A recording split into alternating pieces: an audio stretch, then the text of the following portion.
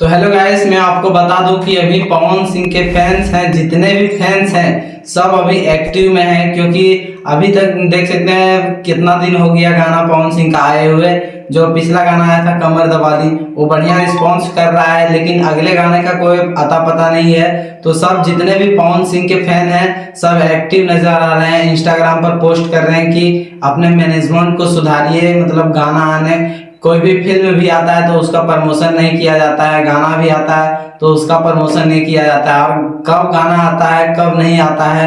आज teaser release हुआ, teaser तो रिलीज करते ही नहीं है गाने में, हर बार पोस्टर रिलीज किया आज तो कल आ गया गाना, लेकिन गाने का डेट भी सही टाइम पर नहीं रहता है। तो क्या रिकॉर्ड बनेगा, क्या महा रिकॉर्ड बनेगा।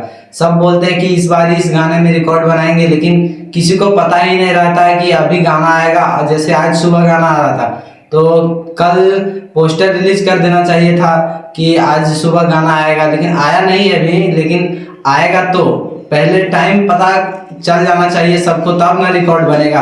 तो अच्छा हो, सब अभी फैंस पवन सिंह के आर्मी जितने भी हैं सब एक्टिव नजर आ रहे हैं। तो मेरे ख्याल से पियर फरावाली 2 जो गाना है उसका पोस्टर 11 तारीख को आ सकता है। तो मिलते हैं आप लोगों के साथ नेक्स्ट वीडियो में।